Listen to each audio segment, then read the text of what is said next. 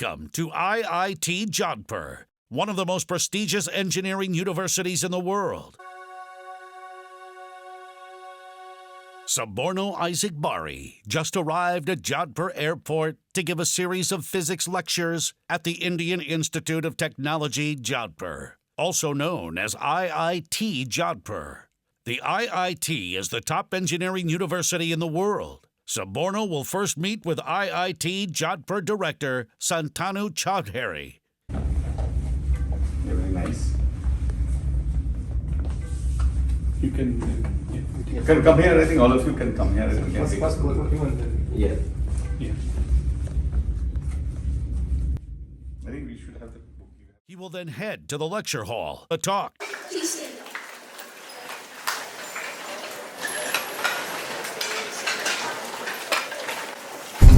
This time you can start. Jana Gana मन अधिनायक जय हे भारत भाग्य विधाता. Namaste, everybody. I'm honored to be in India, the birthplace of Mahatma Gandhi, and especially to be at an Indian Institute of Technology, the best engineering universities in the entire world. So, today I am here to lecture about physics. To be here at IIT Jodhpur and see its beautiful campus reminds me of the beauty of black holes, which is what we're going to be leading up to today. But first, I would like to thank Director of this university, Director of IIT Jodhpur, Dr. Santanu Chaudhury, for his hospitality and the hospitality of all the other professors, and especially the audience over here.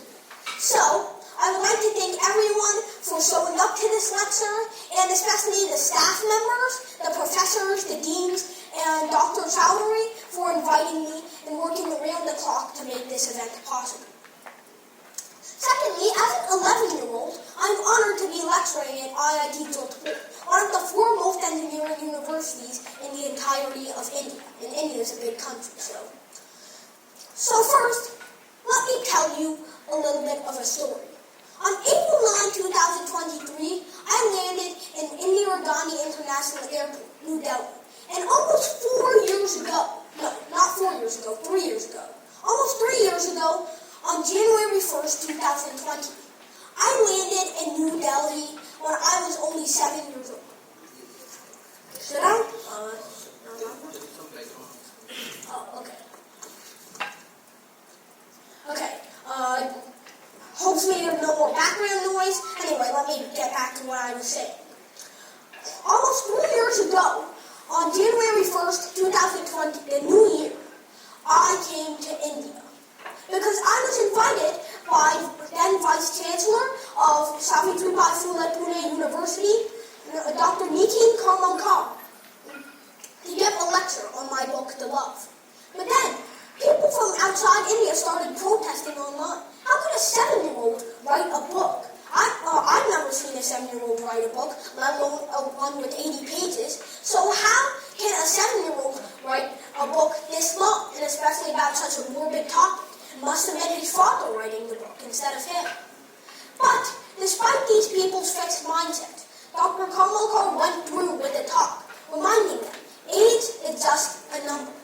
Along the way, I received a few more important invitations, but most importantly from the institution Ramnarayan Roya College of Mumbai University, where the principal, Dr. Anushree Lapoor, gave me the Chancellor Award and invited me to give a talk and give a physics lecture to a university class. Now, people from outside India once again started protesting. How can a 7-year-old, someone who's still in 3rd grade, be giving a lecture to university students? It just couldn't be possible. Yet, he still went forward with the talk, despite these people's fixed mindset, reminding them age is just a number. And on January 3rd, 2020, I also was invited to receive the Global Child Prodigy Award from Nobel laureate Kailash Satyarthi. And once again, people started protesting. How can a 7-year-old be receiving such an award in physics and chemistry? He clearly doesn't have a basic idea of what physics and chemistry is because he's only 7. can someone who's under the age of 10 have a good understanding of physics and chemistry, such a good understanding to warrant an award? Yet still, he went forward with the nomination because getting over their fixed mindsets, reminding them age is just a number. And right now, I'm here today as an 11-year-old at IIT Jodhpur, one of the most prestigious engineering universities in the entirety of India, as I have just mentioned. And then, right now, there are people online saying, well, how is an 11-year-old supposed to give a lecture to so many people about physics, about complicated topics such as mechanics or Maxwell's equations, electromagnetism? How can an 11-year-old, most 11-year-olds are supposed to be in 5th grade, how can someone that young be giving a talk about something so advanced? Yet, Director Dr. Chaudhury went forward with the lecture anyway. And I hope that is a reminder to everyone, age is just a number. No matter how young, how old you are, you can accomplish anything. If Dr. Cardinal Card never said age was just a number, I wouldn't be Suborno Isaac. If Dr. Lacour never said age is just a number, I wouldn't be Suborno Isaac. If Laureate York never said age was just a number, I wouldn't be Suborno Isaac.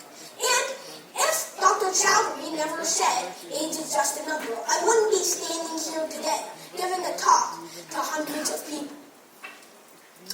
So, if none of these people ever said age is just a number, I would not be where I am today. But the fact that I am shows that that message is true. No matter how young or how old you are not limited by your age. You can accomplish anything. And I hope that serves a lesson to all of you, especially that guy over there. I hope that serves as a message to all of you that you can accomplish great things in math or physics or any subject. You all are just hidden gems waiting to be dug up. So now, let me tell you about a story of when I fell in love with math and physics. I love India, for it's given me as an American, it's given us many gifts. Not, for example, the CEO of Google, but it gave us Dr. Martin. Oh boy, what's wrong with this microphone?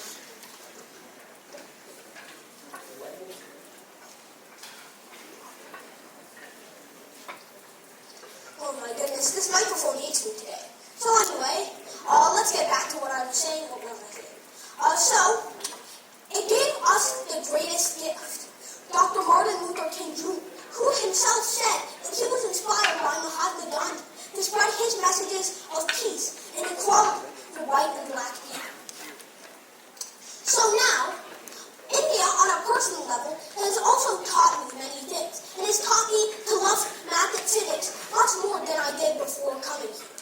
So, let me begin with a story about when I first fell in love with math and physics, when I was only 2 years old. When I was 2 years old, my father led me to the garage, where he gave me a book that seemingly had no title, and he told me to look through it until I had a good understanding of gravity, and then to tell him the title. The only problem, I had exactly 1 hour, 60 minutes. So, the timer began as soon as he left the room, and I started flipping through the pages. After 5 minutes, I already had an understanding of gravity, if you could even call it that, but it was shallow. I could explain it to you, but if you asked me any questions about my explanation, I wouldn't be able to answer them. So, I tried to look deeper, looking for the answers behind the reasoning that I had just read. And eventually, after what felt like only 30 minutes, I felt like I had a complete understanding, down to my fundamentals of how the world worked. But I realized that the 1 hour timer was long up. In fact, it had been 3 hours, and I was even more surprised to see my father standing right outside of the room. He looked pretty sleepy, and he said that he had been standing there since the timer expired for 2 hours at that point to see how much longer I would spend reading that physics book, loving it. And from that day onwards, I realized my love for physics. And, in fact, gravity was something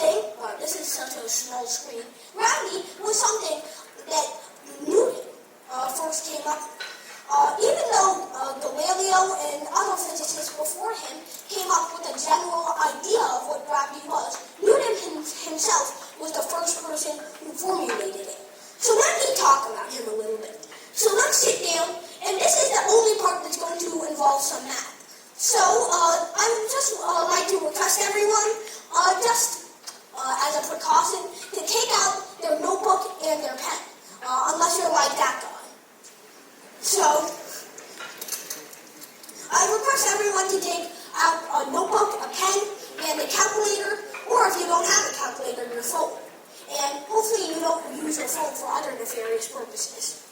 So, does this thing really work? Such a small screen. Okay, so let's get started with this. So, Sir Isaac Newton, and how do I zoom in on this thing? I guess I can't. Whatever. So, Sir Isaac Newton, in 1665, he was working on the binomial theorem. He was working on the binomial theorem. So, this binomial theorem involved raising some binomial x plus y to the nth power. But that's not really important. We're not going to be talking about his contributions in math right now. So, in October 1665, can anyone guess what happened in England? What do you think happened? Well, something called the bubonic plague. I'm sure at least half of you have heard about that. It had one last outbreak in Europe. And that reached England, where Sir Isaac Newton was living. In 1665, he was studying at the University of Cambridge, a 22-year-old man. So, in October 1665, Cambridge temporarily shut down. So, Cambridge shut down, and he was forced to study from home. But as he studied from home, he gained some extraordinary ideas. So, one day, he was sitting next to a tree, thinking, why do objects fall down? Why don't they fall upwards, or sideways, or diagonally? Why don't they fall any of those directions? And over the next 2 years, he wasn't just sitting next to that tree, but he was instead pondering about the question that he had realized under that apple tree. Why do objects fall down, not up, sideways, diagonally? Well, after 2 years, in 1667, he finally realized it was something called gravity. How do I move this guy?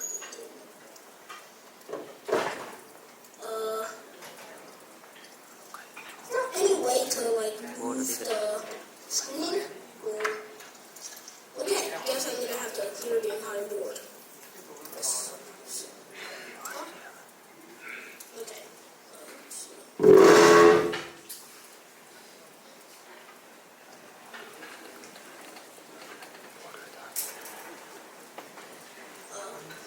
Is it not responding to my inputs?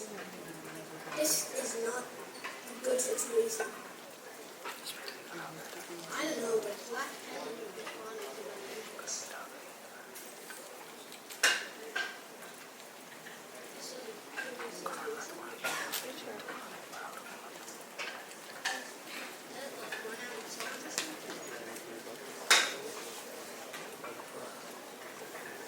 Oh, goodness.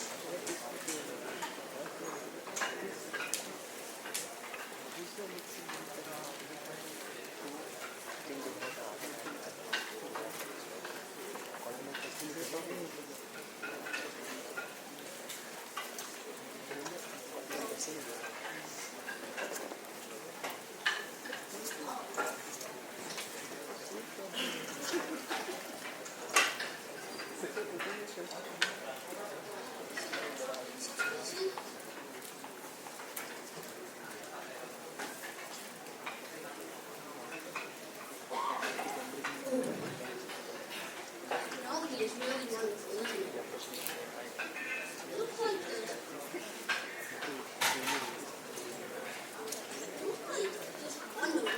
calculus. Specifically, he wrote a paper on it talking about fluxions. And calculus was being worked on him. He was working on calculus because it allowed him to explain planetary motion in a way that algebra and geometry could not. So basically, it aided him in talking about gravity. So G(m1, m2 over r squared) is what he was, is what he's mostly known for, gravity. And also, by the way, it's good to note that he wasn't just the sole inventor of calculus. I might be speaking a little too loud, sorry. It's good to note he wasn't just the sole inventor of calculus. Also, there was a German scientist named Gottfried Leibniz who was also independently working on calculus and ended up using a little bit more convenient notation. But no one remembers him because of Newton. So I'm sorry, Gottfried Leibniz. So dm1 m2 over r squared is the law of gravity. Now, Newtonian mechanics is very important because it describes basically everyday mechanics. So it describes things accurately for bodies moving at normal speeds. By normal speeds, I mean, like, I guess you could say below 10 to the 5 meters per second, or maybe 10 to the 5 is a little too low. Below 10 to the 8, or 10 to the 7 meters per second. As soon as you go above that boundary, some relativistic effects start happening, and Newtonian mechanics no longer starts working. So, I'm going to propose a problem using Newtonian mechanics. So, a few of you here have probably heard of conservation of energy. And don't worry, for those of you who don't know what that means, I'm going to explain what it means in a little bit. Conservation of energy. So that basically means the total energy at one point in time in a system. So if you have like a system here, the energy over here at one point in time is going to be equal to the energy in the same system at another point in time. So energy is always conserved.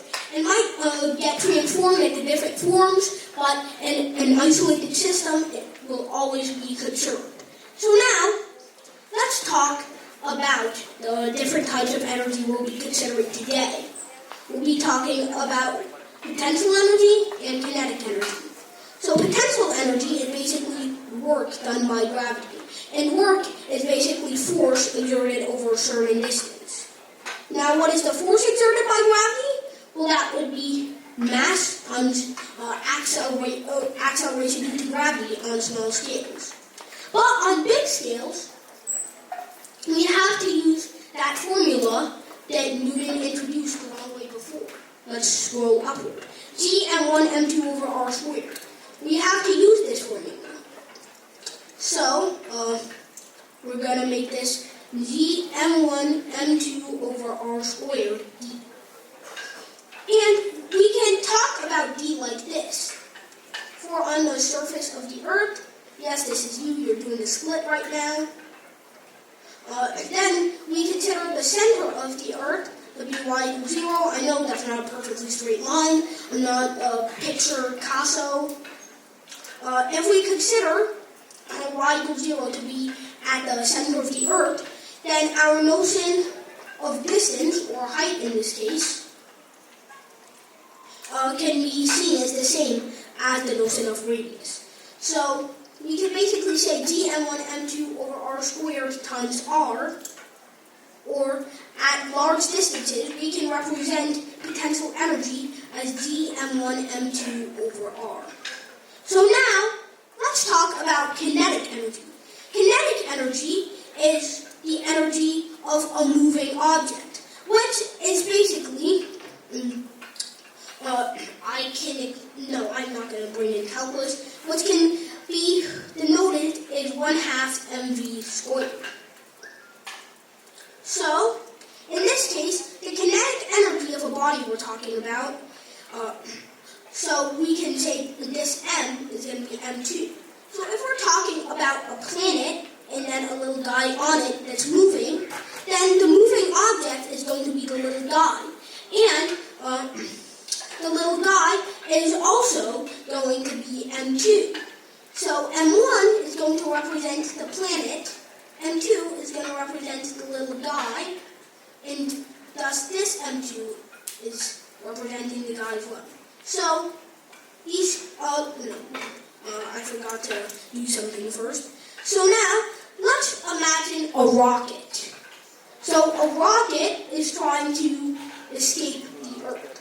Let's draw that. That's not the best drawing of a rocket I can make. Let's try that again. It looks something like this to you guys, doesn't it?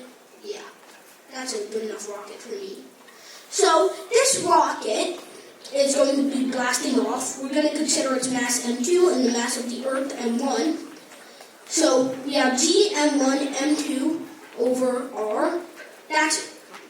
So first it's going to blast off with some amount of initial velocity. We're going to assume it just instantaneously gains this initial velocity. Obviously that's not realistic. It has to accelerate for a little bit. But we're going to assume that it instantly gains this initial velocity vi. So it's going to have kinetic energy right now, 1/2 m squared vi squared, and then at the end it's going to have some potential energy. So we're going to be a little distance away, and this distance can be represented as, let's draw this, as h or r, whatever you say. So now we can cancel these two out, or for those of you who don't understand what I did, we can divide both sides by m2, canceling these two out, and we get half vi squared is going to be equal to gm1 over r. Starting to get a little less focused on the talk and a little more math, so.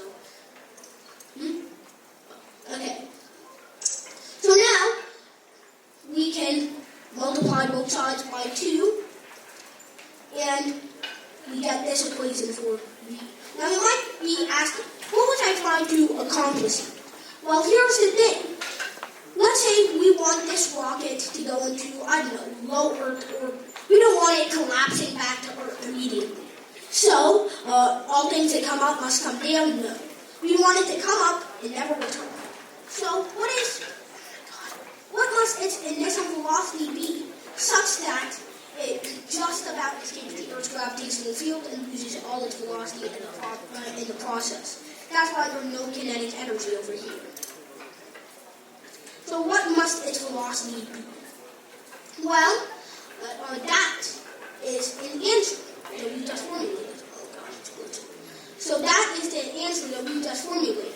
The square root of 2g, the mass of the planet, divided by r, the radius. So now we can do this for the Earth. So what I'm going to do is I'm going to ask you to, with that understanding, try to find the escape velocity of the sun. Let's say we somehow got a rocket on the sun without it burning up. Say it's heat-proof for some reason. So if we had a rocket on the surface of the sun, what velocity would it need to travel at in order for it to escape and never come back?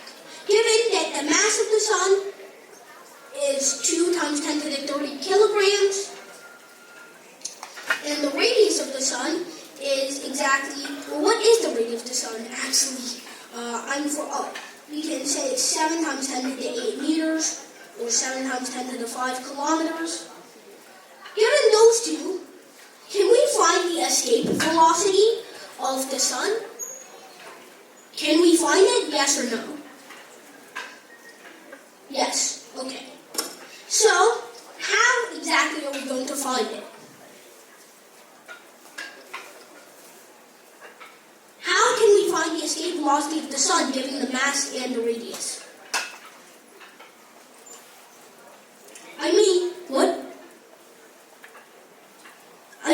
The formula that we already have only requires the mass and the radius. So all we have to do is plug in. Our g here, remember, this is still a constant, and I said earlier that it was, don't blame yourself if you didn't remember.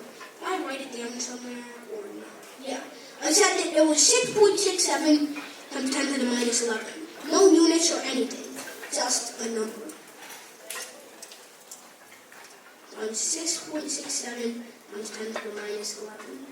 And then times the mass of the sun. What's the mass of the sun? Remember, I gave it to you right over here. Can you read this? What is the mass of the sun? I I can't hear you. Say it louder. Okay, 2 times 10 to the power 3. Divided by what is the radius of the sun?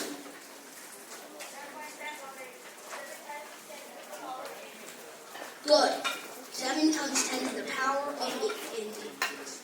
But we're not going to write the units right now. So, now, what we're going to do is we're simply going to solve this. Now, I do have a calculator on me, but I want to test your proficiency in using a calculator, or at least using your phone calculator. So, can someone... Where the thing go?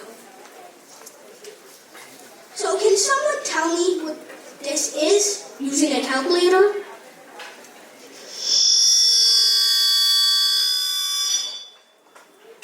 Not know what just happened, but can someone calculate it for me? Let me see. I couldn't hear you. Sorry. 615? Oh, kilometers per second? Okay. So, is this what you said? Okay. So, 615 kilometers per second would be 61,500 meters per second, right? No, 615,000 meters per second. Forgot one extra zero. Because 1 kilometer is how many meters? Good.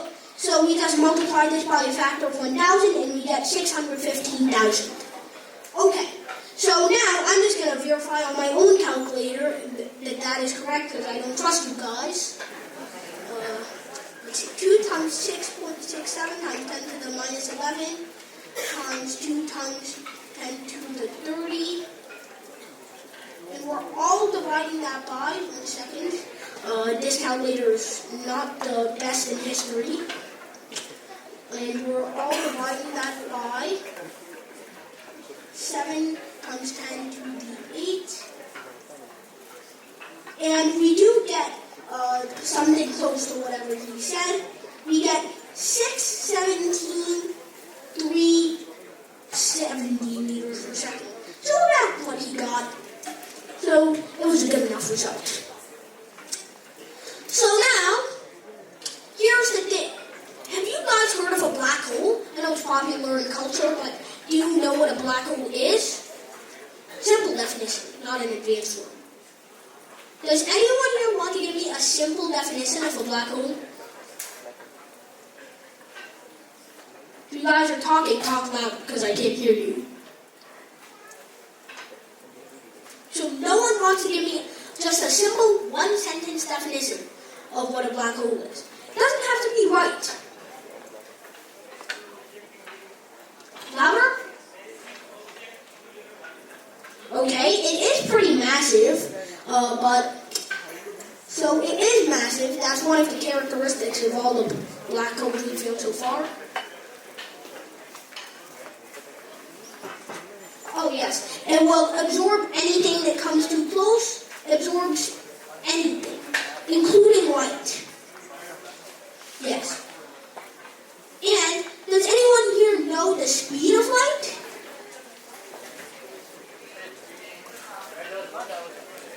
Three times 10 to the 8 meters per second. Okay, so if a black hole can absorb light and light travels at 3 times 10 to the 8 meters per second, what does that mean about the escape velocity of a black hole?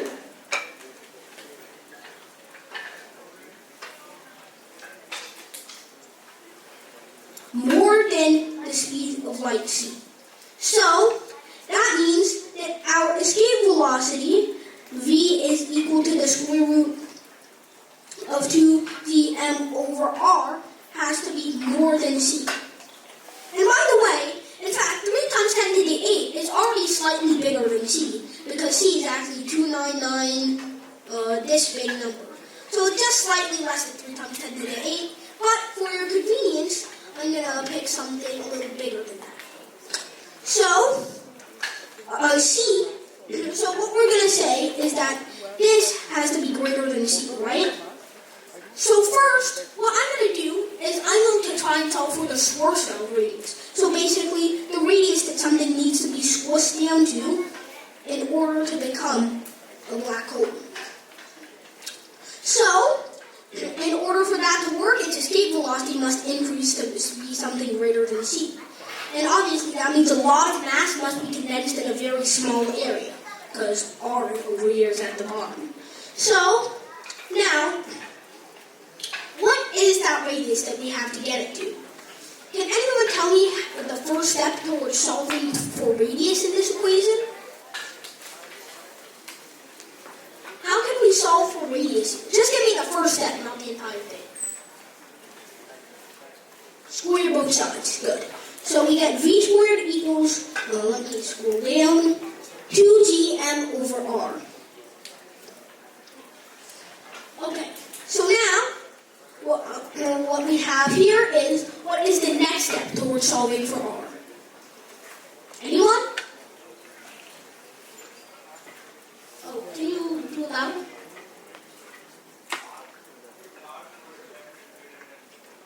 Oh, so you mean like this?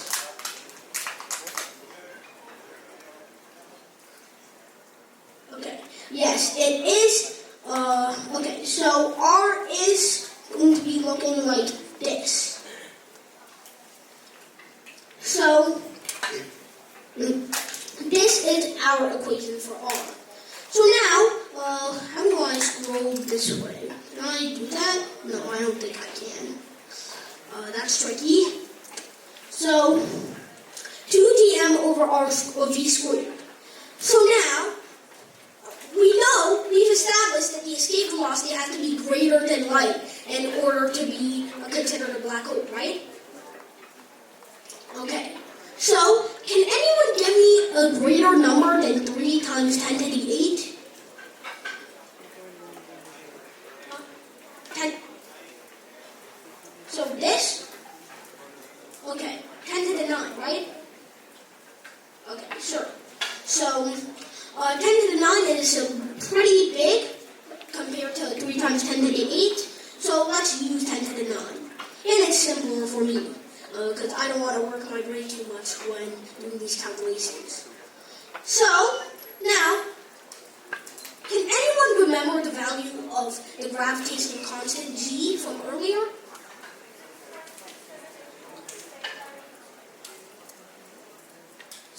.67 times 10 to the what?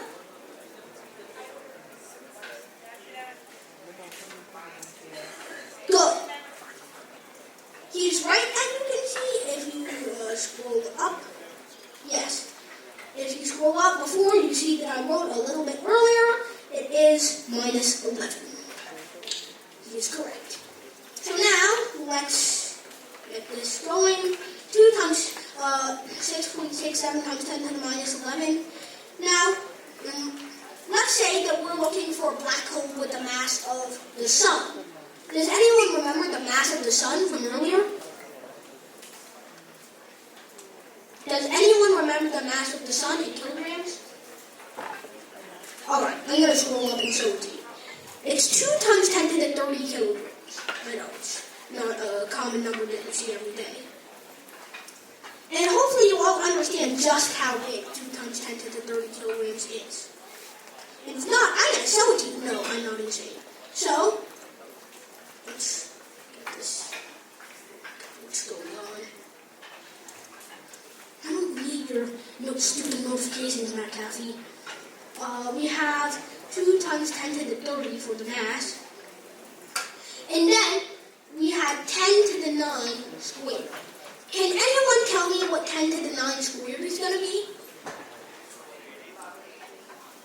Okay, hopefully none of you were thinking 10 to the power of 81, because that would be wrong. It is 10 to the power of, God, I hate this. 10 to the power of 18. Alright, so now, can someone work this out on their calculator for me, and then I'm going to verify it? To test your calculator proficiency, guys.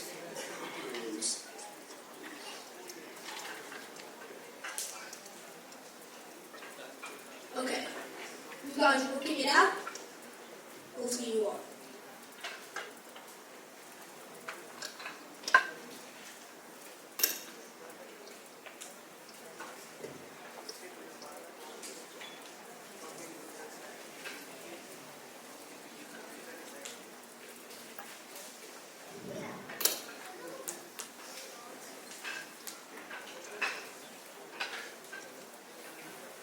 Was someone able to work this out with the calculator?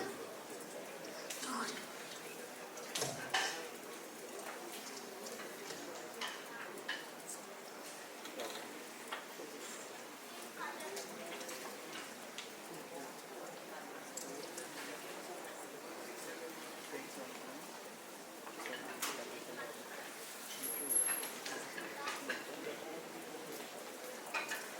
Has someone done it? Good. 266.8. That took quite a long time, but 266.8 meters. Alright. So now, here's the thing. We learned that originally the radius of the sun was, if you looked it up, 7 times 10 to the 8 meters. 7 times 10 to the 8 meters. So it would look like this. 1, 2, 3, 4, 5, 6, 7, 8. Yes, I'm very proficient. I'm very proficient at counting, as you can see. And now it's getting squished down to less than 300 meters in order to make it into a black hole.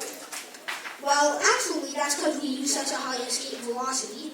But the minimum radius that you would need is about, I'm pretty sure, 7,000 meters or so. Might be wrong on that, but oh yeah. The radius you will need to make it into a black hole is about 3,000 meters. But if we're going so excessive as to make the escape velocity 10 to the 9 meters per second, then it would be squished down to less than 300 meters. Think about that. It's going to have to go from 700,000 kilometers to 0.3 kilometers. Think about how small that is. Today, you probably walked 0.3 kilometers. But in your lifetime, you probably never walked this much. So, that's just a monumental difference between current celestial bodies and a black hole. So now, using Newtonian mechanics, we've sort of accurately derived the equation for Schwarzschild radius. So, we've sort of been able to figure out how far we need to squish something down in order to make it into a black hole. Now, let me lead you into the realm of electromagnetism, which is what helped Einstein form his hypothesis. Don't worry, guys, there's no more math after this. So, I mean, there's no more math after this. No more math, you can put your notebooks and calculators and all of that away. For now, I'm only just going to give you a conceptual understanding.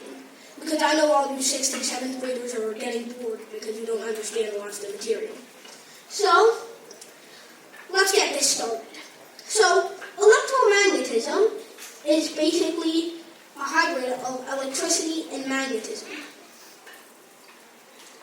Electricity and magnetism. So, a bunch of scientists contributed to unifying this field, like Ørsted, Ampere, Faraday, and others, but who really finished it off once and for all, uniting all of them, was James Maxwell. Now he's up there with scientists like Einstein and Newton. But if you're not in the physics community, you probably only heard his name once or twice. So, who is Maxwell? Well, basically, he made a bunch of important contributions to physics, but his most important one was not just exposing that Coulomb copied Henry Cavendish, but rather 4 equations Now, these four equations he mostly didn't make on his own, but just took from others, but he used these to unify electricity and magnetism. So now, his equations are some really complicated stuff, some of which I need to look into a little more. But right now, I'm just going to give a conceptual, very, very, very basic understanding. So number one basically says electric flux is proportional to charge. What the hell does that mean? I know you're probably thinking that. So let's erase that weird stuff and think about it this way. Let's say you have a positive charge, right? Which way do the field lines of a positive charge go? Inward or outward?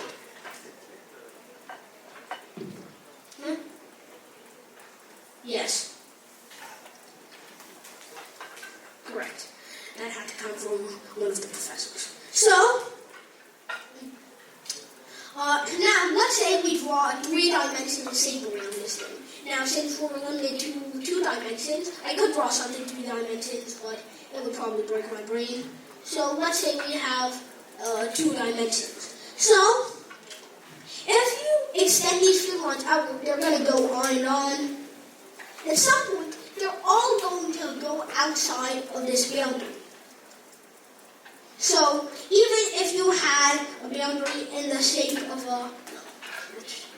not do that. Even if you had a boundary in the shape of a fat person,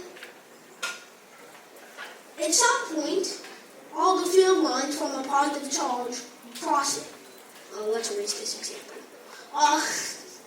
So now, what happens if you double the charge? What happens to the field lines? If you double the charge, what happens to the amount of field lines? Good. Outward, outward, outward. Outward, outward.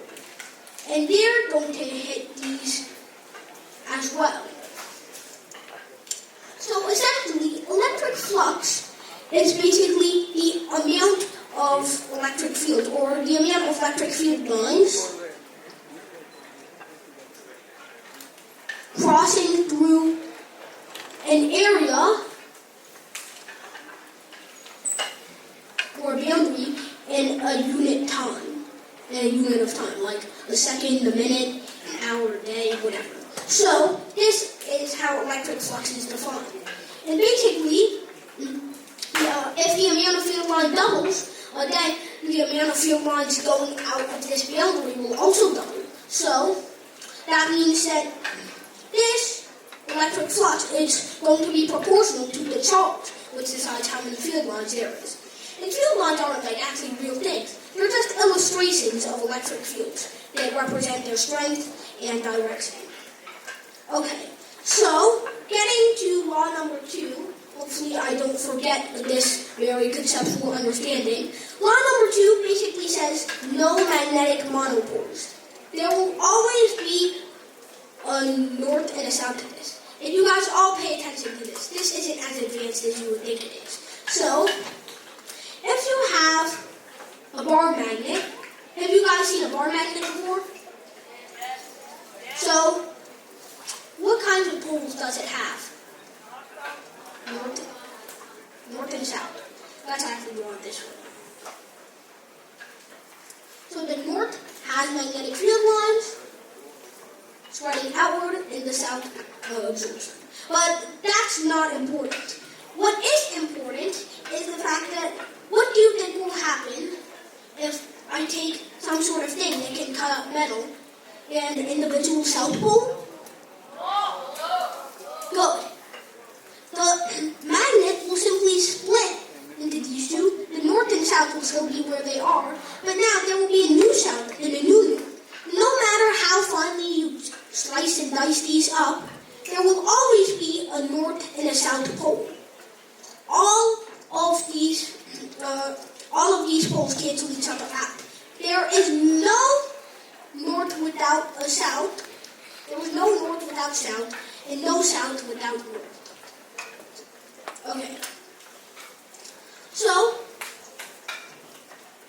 his third equation is taken from Faraday. Well, Faraday wrote it in words, but he wasn't that good at actual math, so Maxwell translated it to a mathematical equation, which basically says that if we have a magnetic field over here, there will be an electric field perpendicular to it and opposing it. So basically, changing magnetic field, which is represented with B, will create an electric field, represented by E. And law number 4 is the Ampere-Maxwell law. So basically, Ampere first came up with this law, but Maxwell modified it.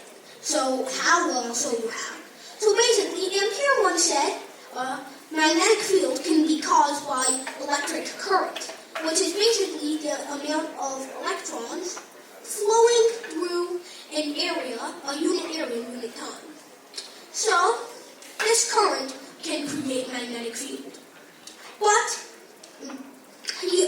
Maxwell added onto this by saying another cause of the magnetic field can be an electric field. So a changing electric field over time creates a changing magnetic field. No, not a changing magnetic field. It can create a magnetic field, and whether it changes depends. So a changing electric field creates a changing magnetic field. Of course, the right notation for this is D, because electric fields don't solely depend on time. It's this weird backwards 6 looking thing that basically says the electric field depends on time, but it doesn't just depend on time. Anyway, that's math, and I know you guys don't like math, so let's just get that out of here.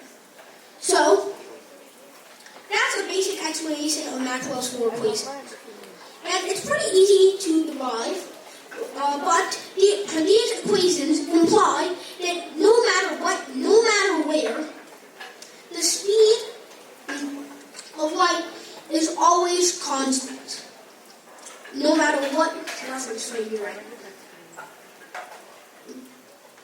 And this principle, this postulate, is one of the 2 postulates that holds up general and special relativity. Now, special relativity is, as it said, a special case of general relativity. But general relativity is for all objects. Special relativity is for some things. So,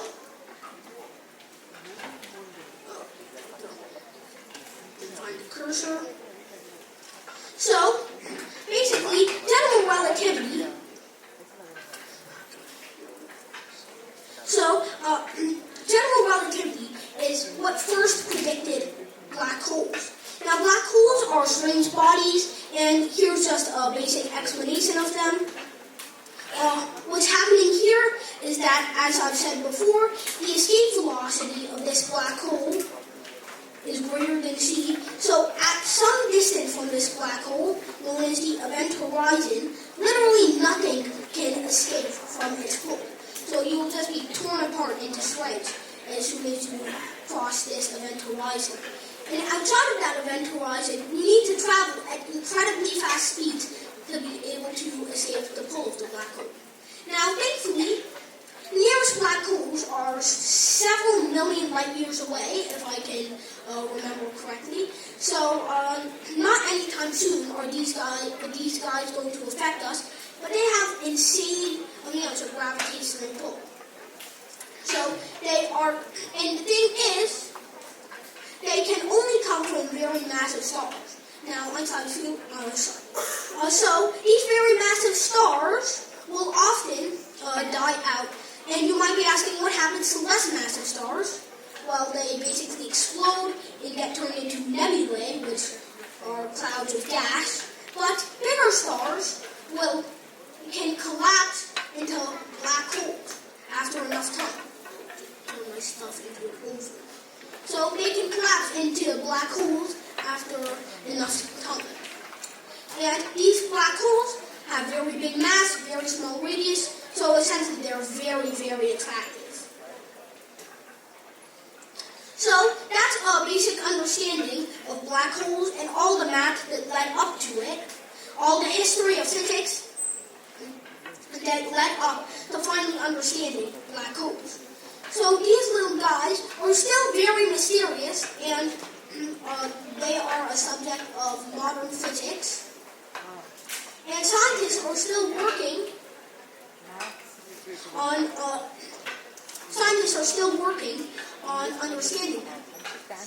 It's not working, no, it is working.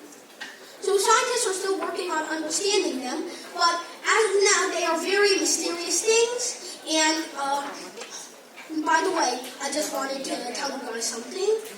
Since light speed is constant, sometimes if you're going really fast, length and time will change in order to conserve speed. Yes, that's right. Time will become shorter. Length can become longer.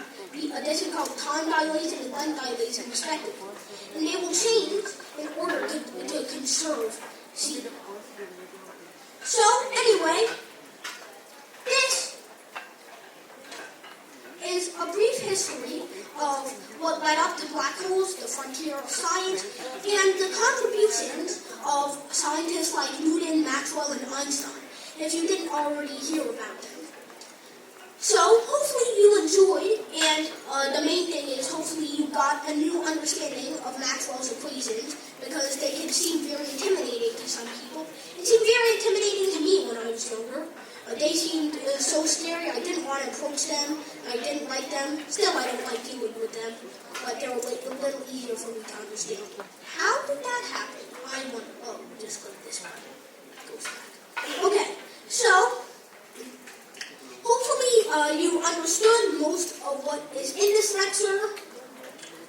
If you don't understand anything about, say, this part about Maxwell, if you don't understand anything about escape velocity, if you don't understand anything about the conservation of energy equation, you can ask that right now, or maybe you can ask that right after the talk when I'm not standing on the stage anymore, instead standing over there. But for right now, I'm going to go. But before that, I would like to celebrate. Thank you very much, Suborno, for your valuable insight. I now request Dr. Ashutosh, Alok and Dr. Ram Prakash to please come on the stage to present our token of gratitude to Suborno Isaac.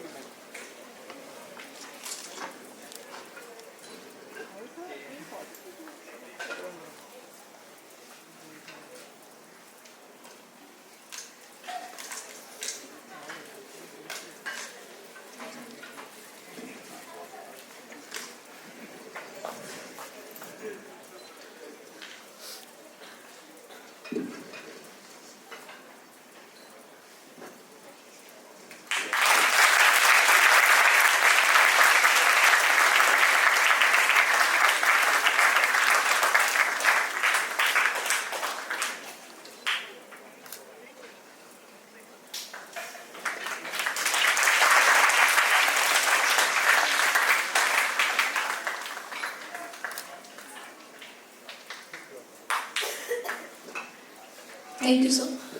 Now I request Mr. Shubham Chamola, Executive Member of the Physics Society, to express our gratitude to our esteemed guests and to deliver the vote.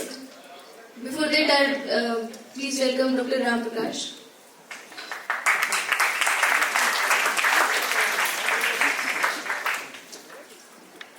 Good afternoon to everyone here. It is very interesting to see such a nice talk from a little boy. As what he said, look into the first statements. Age is just a number. And it reminds me a great professor of India, Professor P.K. Kaur. He also did his high school at the age of when he was 10 years old.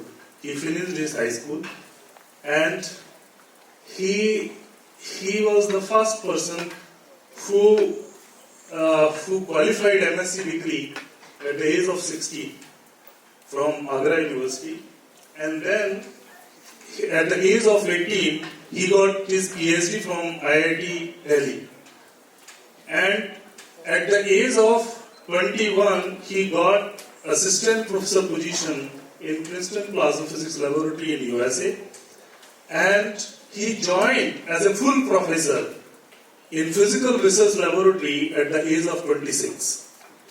Can you imagine? So, age is really a number. Understand that. He became director of Institute for Plasma Research in India at the age of 31. He received Bhatnagar Award at the age of 35. 45 is the age for Bhatnagar awardees, and people used to struggle that मेरा 45 तो पूरा होगा तब apply करेंगे. He just got the age of 35 that award. He received Padma Shri Award and Padma Bhushan Award. So I'm just seeing. I wrote a poetry about him when Cowfest was organized for when he retired in 2010. So I'm really I'm getting very much inspired. I'm seeing like a Professor Cow in him. So give a big round of applause to him, and I'm sure he will bring the glory of science in this country. Professor P.K. Cow published around 75 papers in PRL, Physics Research Laboratory. It's a huge number. People used to struggle for one paper into the PRL like that. So I'm hopeful this young boy will bring the glory to this country and also to the entire world. Thank you very much for being with us, and I'm sure many of our young students and so I should say, as he has said, the age is just a number. So with this number, young and old, actually in true sense, we are more younger than you people, because we have very less time to spend now, as you will be going to spend more and more time.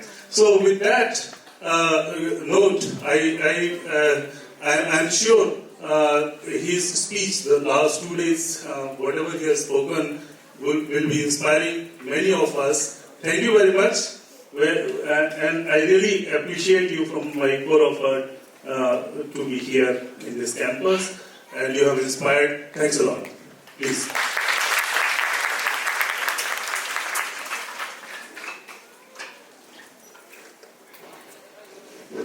Thank you, sir. Now I request Mr. Shubham Chamola, Executive Member of the Physics Society, to express our gratitude to our esteemed guests and deliver the word of thanks. Good afternoon, everyone. So, first of all, thank you so much, Suborno. On the behalf of the Physics Society and the Department of Physics, I want to express my deepest gratitude for your insights on black hole, Newton to Einstein. Your passion for physics and mathematics at this young age are truly inspiring, and it was a pleasure to listen to your insights and perspective on this fascinating topic. Your ability to communicate complex scientific concepts in a way that is accessible and engaging is a rare gift. Your talk was truly enlightening, and I know that everyone in the attendance was impressed by the way of expressing things at such young age. So the energy was incredible.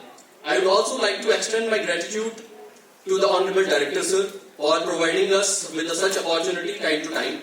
And I would also like to thank our HOD and all the faculty members and all the volunteers of the Physics Society, and at the end, all the lovely audience. Thank you so much. Have a great day, and I wish you all the best for your future endeavors. Thank you so much.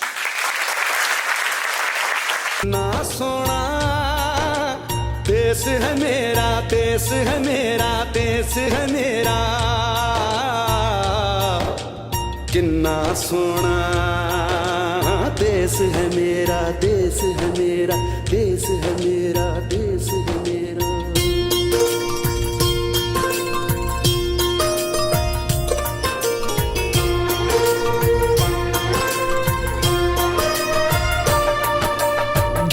सुनहरी अंबर नीला हो, धरती सुनहरी अंबर नीला, हर मौसम रंगीला। ऐसा देश है मेरा हो, ऐसा देश है मेरा, ऐसा देश है मेरा, हाँ ऐसा देश है मेरा। बोले पपीहा कोयल गाए, बोले पपीहा कोयल गाए, सावन घिर के आए। ऐसा देश है मेरा हो, ऐसा देश है मेरा, ऐसा देश है मेरा, हाँ ऐसा देश है मेरा।